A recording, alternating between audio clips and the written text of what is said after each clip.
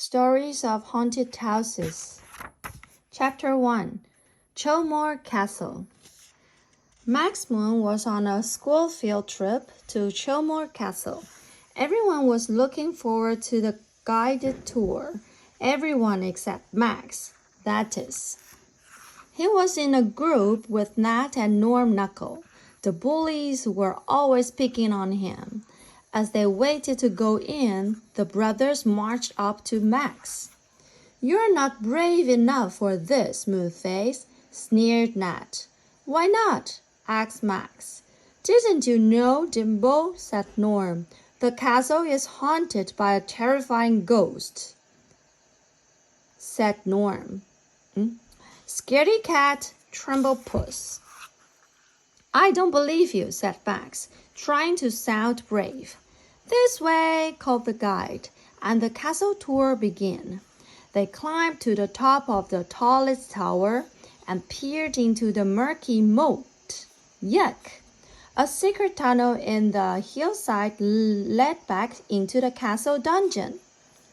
"This is the very spot where people have seen Sir Hall the Horrible," said the guide. "Who?" asked Max. "A fierce knight who lived here long ago," she replied. "He's supposed to haunt the castle at midnight." "Wah!" yelled Max as a ghostly chill shut down his back. Everyone laughed. Then Max saw why. Norm had put ice cubes down his shirt. "Bet you thought it was the ghost." "Ghosts don't scare me." Max didn't dry out until that evening. As the others told ghost stories around the campfire, Nat and Norm grabbed Max. The twins dragged Max back to the castle and down the secret tunnel to the dungeon. "Let's see how brave you are now," sneered Norm. "We dare you to spend the night here alone," said Nat. "Okay," said Max. The bullies scared him more than a ghost. "You'll never last the night," said the brothers as they laughed. Max soon discovered that the gloomy dungeon was even creepier at night. "There's no such thing as ghosts," he told himself. Just then, Max heard a clanking sound echoing behind him. He turned to see a ghostly floating figure.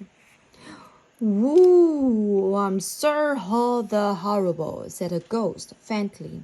"Please beware," he added in a whisper. Max couldn't help smiling. "Kindly leave the castle at once," Hall asked softly, "and do not return, if you don't mind." Max burst out laughing. "Don't laugh," begged the ghost. "I'm supposed to be scary." "I'm sorry," said Max. "You're too friendly to be frightening." That's what my boss, King Hugo, says," moaned Hall. "I'm not even a real knight. The king says I'm too feeble." Max felt sorry for the ghost. "Perhaps I can help," he said. Max spent the night giving the ghost tips on being scary. He told him to blow and boom, swoop and sway, and lurch and loom. "Phew! Where did you learn these scary skills?" asked the breathless spirit. "The Knuckle twins scare me all the time," said Max sadly, telling Hall about the bullies. Max glanced nervously at his watch. "It's time I went out and faced them," he said. Quietly, Max crept back to his tent to find Nat and Norm waiting for him. "I did it," declared Max. "Don't believe you," said Norm with a snort. "You're too much of a wimp," added Nat, shoving Max. There was a swirl of smoke, and Hall towered over the boys.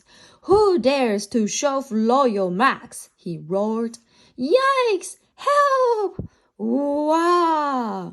The two bullies went as white as their t-shirts. "Call him off!" screamed Nat. "Take him away!" yelled Norm. "We'll never bully again," they promised, terrified.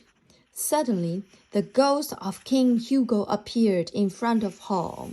"You are now a true knight," he declared, placing his sword on Hall's shoulder.